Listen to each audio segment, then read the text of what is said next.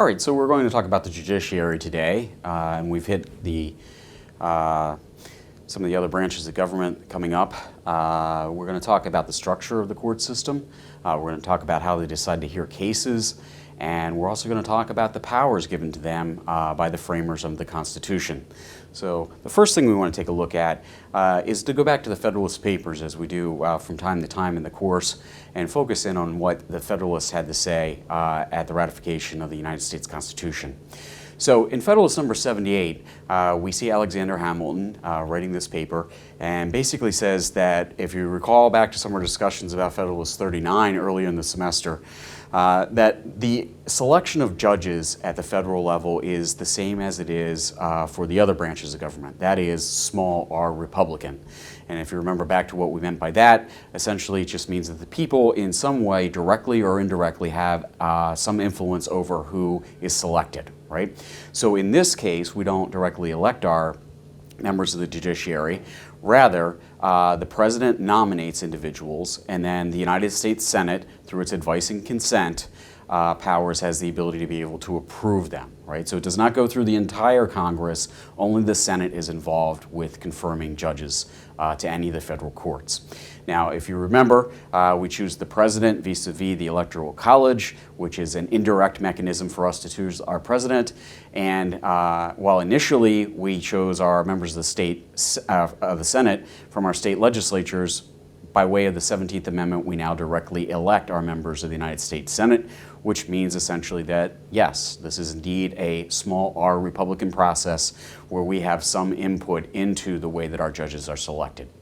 Now, I'm not going to go into great detail about this, but if you only knew about the American system at the federal level, we might think that might be the only way to get judges. But as you can see here, if we take a look at the judicial selection for the rest of the country, what we can see is that at the state level, there are a number of ways that we choose our judges.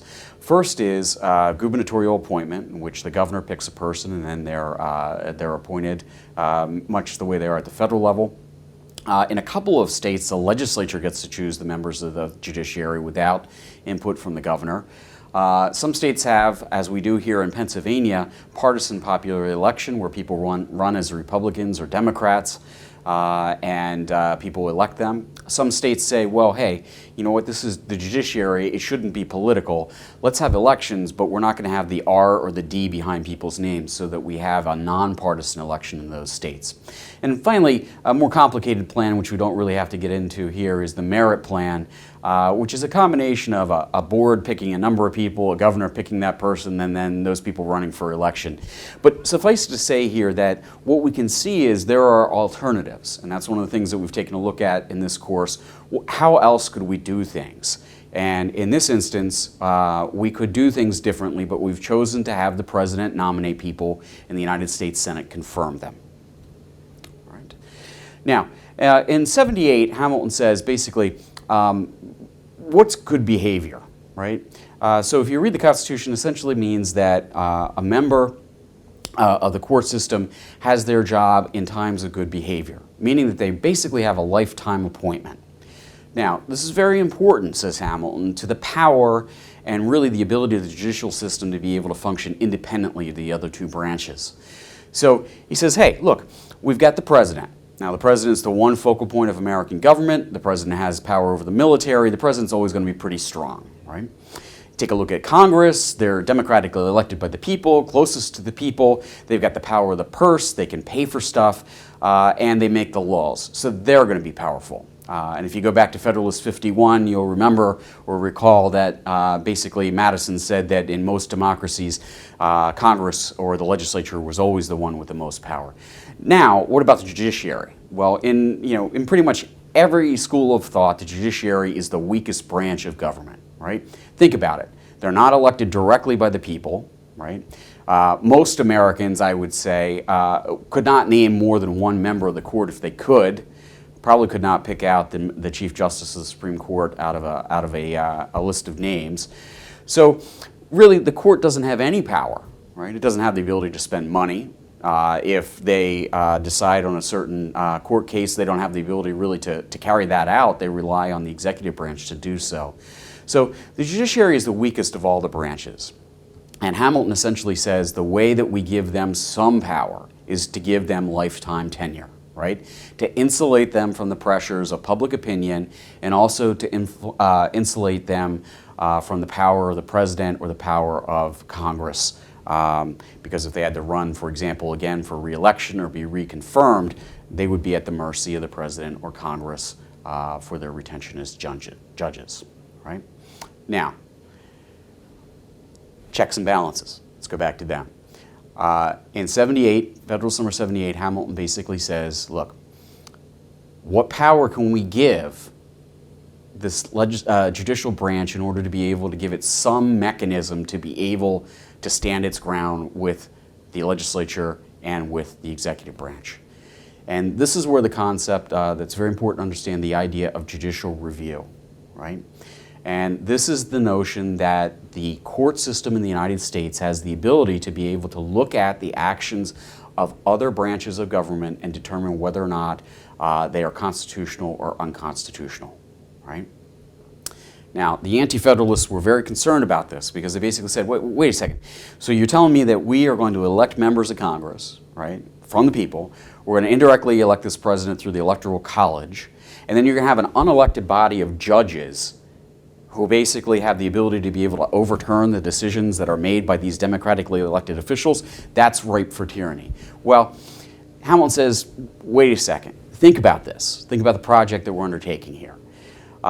We need somebody to be able to check these people because they've got an enormous amount of power in their ability to be able to tax people and to make laws and to fight wars, right? The judiciary is actually the one that protects Americans from malfeasance or bad activities by these other branches of government, right? And the way that we can do this is by giving them judicial review. They say, look, nobody can be higher than the Constitution, right? That's the foundation of everything that we have in American government. So we have what we call foundational law, and then we have what we call statutory law. So the Constitution sets out the ground game, the groundworks for what can happen. And then Congress and the President pass statutory laws, like, for example, Obamacare or the Affordable Care Act, right? Now, the judiciary system has the ability to be able to determine whether or not statutory law is actually constitutional given the premises of the Constitution. And Hamilton says if they don't have that power, who can actually stop Congress and the President from violating the Constitution and therefore violating our rights, right? And if we basically said, okay, judges, you've got a 10-year appointment instead of a lifetime appointment, at the end of those 10 years, basically those judges would have to go up for reconfirmation in front of the legislature, and if they made a decision that the legislature didn't like, what are they going to do? They're not going to reconfirm that person. Would that person be independent? No. The only way to make people independent in the judiciary is to give them lifetime appointment so that they never again have to be subject to political powers. Just a couple other minor things here that Hamilton throws in, I'll just mention since they're in the Federalist number 78. One of the other reasons for lifetime tenure is they were very concerned, again, remember this is the late 1700s, not a lot of people that really are very well schooled in the law, so let's keep the people that we have, that are good lawyers, let's keep them, as judges. And it also invests people in the position of being a judge because they know that they have a lifetime appointment. Now, in number 79, Hamilton also addresses another point about this idea of lifetime tenure. So one of the questions that's raised is, what happens if we, say, have a judge that's nominated by a president and then goes through the whole nomination process, goes through hearings, and is confirmed by the Senate. It turns out this person is complete incompetent in their job as a judge. Well, some people made the argument that we should be able to remove them for incompetence. Hamilton says that's probably a pretty bad idea, right? Because how could you really define incompetence? Is incompetence just not really understanding the law? Or could incompetence be essentially kind of reframed to mean that we don't agree with you in your decision? And Hamilton basically said, I think we'd be better off, and the framers did, if we basically say you can't remove people for inability. There's no provision in the Constitution that says incapable people can be kicked out. It's only if you violate the law, right? So the problem is if we use the words inability, to kick judges out of office, that would become too political, and Congress would be able to essentially usurp the power of the judiciary. And one other thing in here, and we'll see this when we talk about the president later on, is that judicial pay cannot be decreased. In other words, Congress, that has the power of the purse string, cannot decide that they don't like what the courts are doing and cut their money, right? Because that's their livelihood. That's how they live, right? So if you think about it, one way that Congress could control the judiciary is basically saying, oh, you made a decision we don't like, you know what? You're not getting paid, right?